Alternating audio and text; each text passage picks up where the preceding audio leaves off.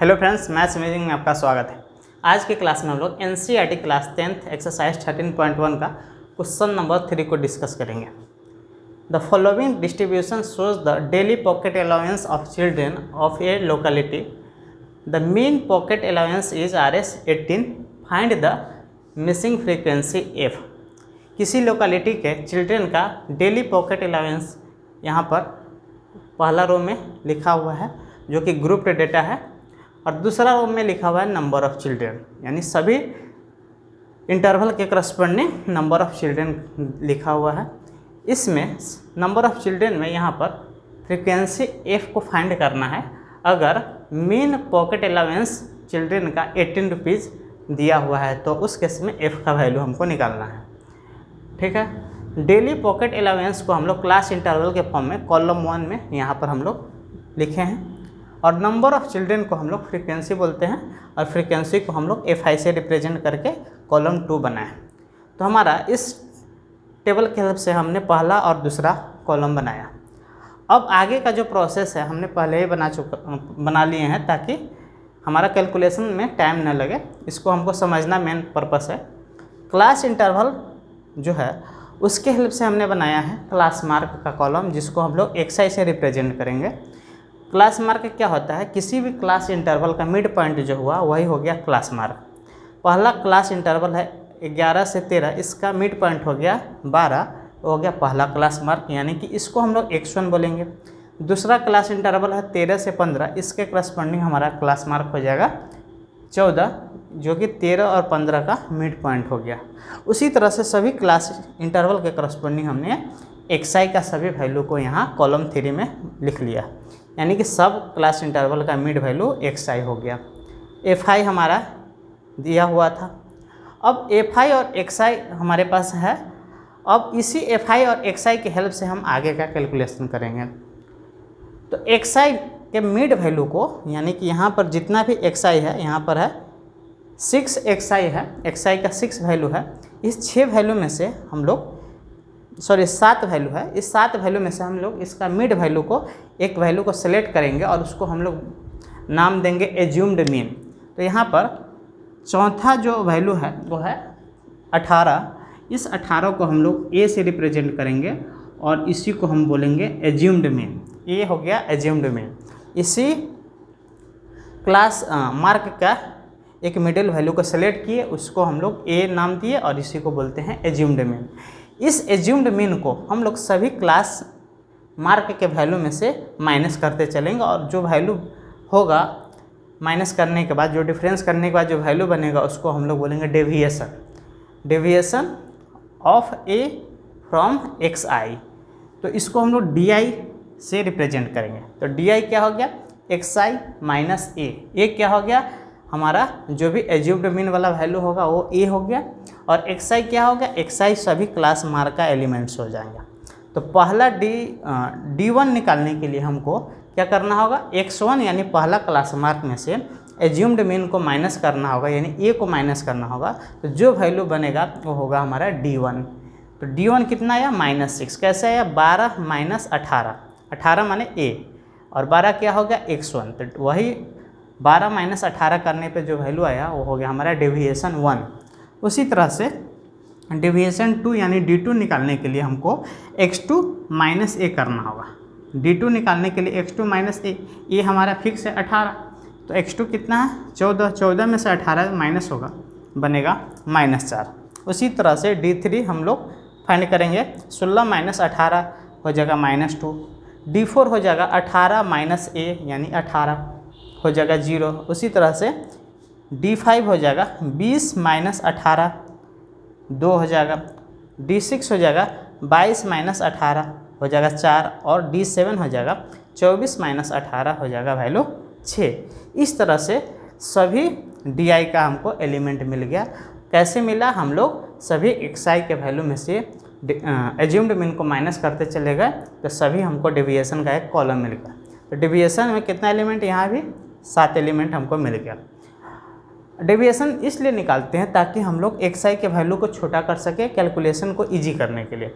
जब हमको DI मिल गया तो DI के सभी एलिमेंट्स को अगर हम FI से मल्टीप्लाई करेंगे तो एक नया कॉलम बनेगा जिसको हम लोग बोलेंगे F I D I, F I into D I का एक कॉलम बनाएंगे जिसको हम लोग एफ आई डी आई के नाम देंगे, और उसके एफ आई के सभी एलिमेंट को उसके डी आई के करस्पॉन्डिंग एलिमेंट से मल्टीप्लाई करते चलेंगे, और यहाँ हमको एफ आई डी आई का सभी एलिमेंट हमको मिल जाएगा।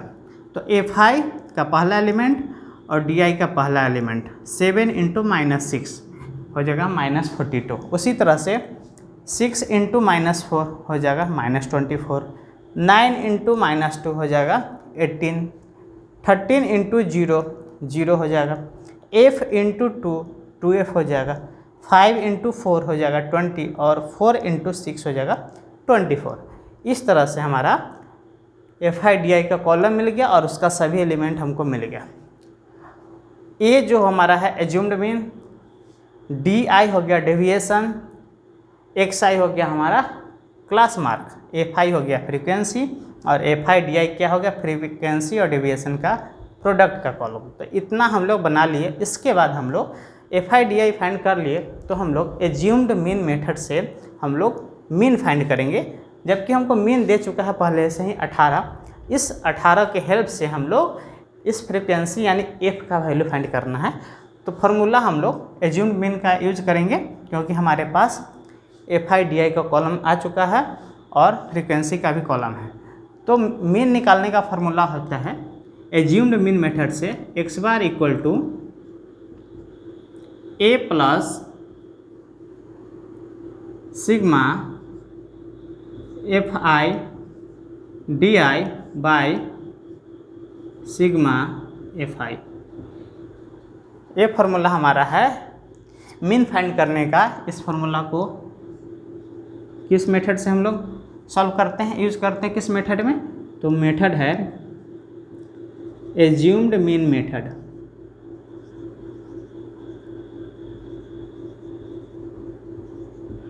ये मेथड है एज्यूम्ड मीन मेथड का फार्मूला क्या होता है मीन फाइंड करने का? X bar equal to A plus sigma F I D I by sigma F I.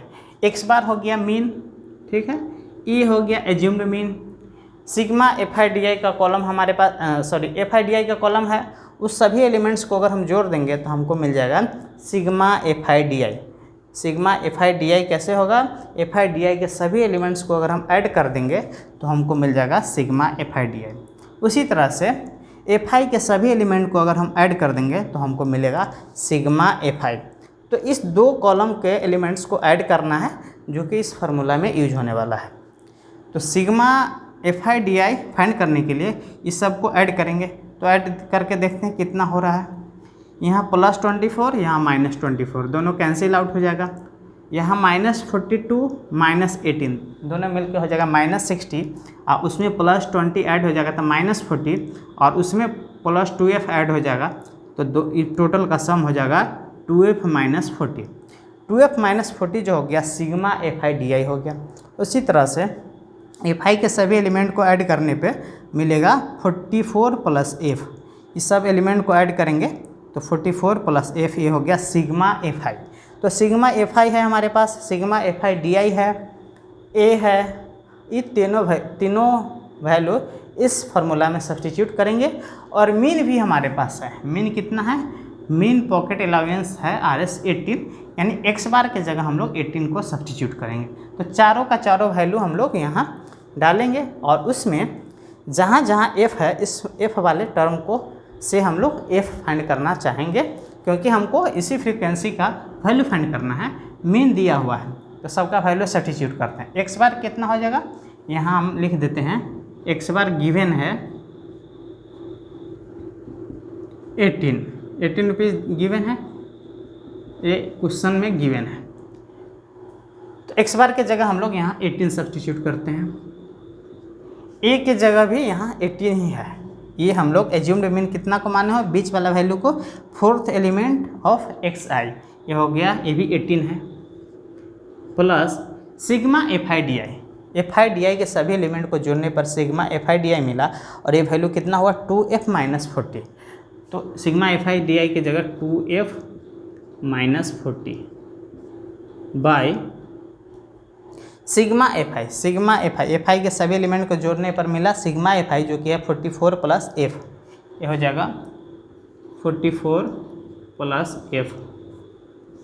ठीक है, इस इक्वेशन को सॉल्व करके हमको फाइंड करना है एफ का वैल्यू, इस एफ का वैल्यू हमको फाइंड करना है। तो देखिए बराबर के दोनों साइड 18 18 है, तो ये दोनों कैंसिल आउट हो जाएगा, इधर हो जाएगा 0, इधर बन जाएगा 0 और इस साइड में हो जाएगा 2। अगर इस ब्रैकेट से कॉमन ले ले तो बचेगा 2, एफ ब्रैकेट के अंदर f माइनस 20, अब बट्टा में आ जाएगा नीचे 44 प्लस एफ।